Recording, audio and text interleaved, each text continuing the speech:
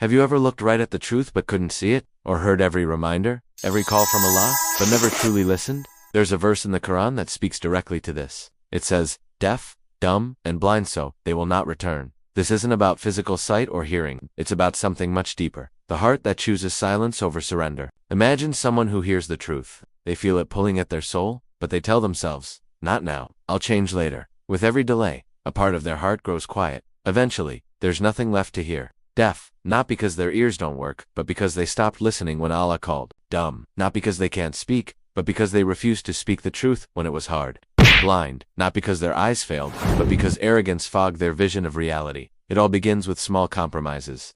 Every time you ignore that inner voice telling you to do what's right, you're training your heart not to respond. You're building a wall between yourself and your guidance. At first it feels uncomfortable. Then, you get used to it. Soon, you mistake that numbness for peace. But it's not peace.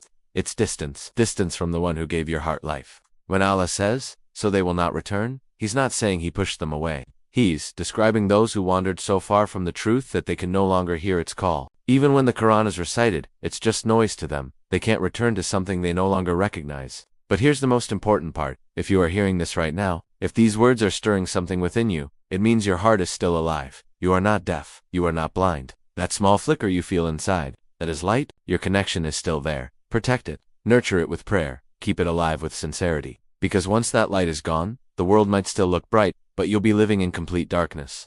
Many people will hear this and simply move on. They'll think, this isn't about me.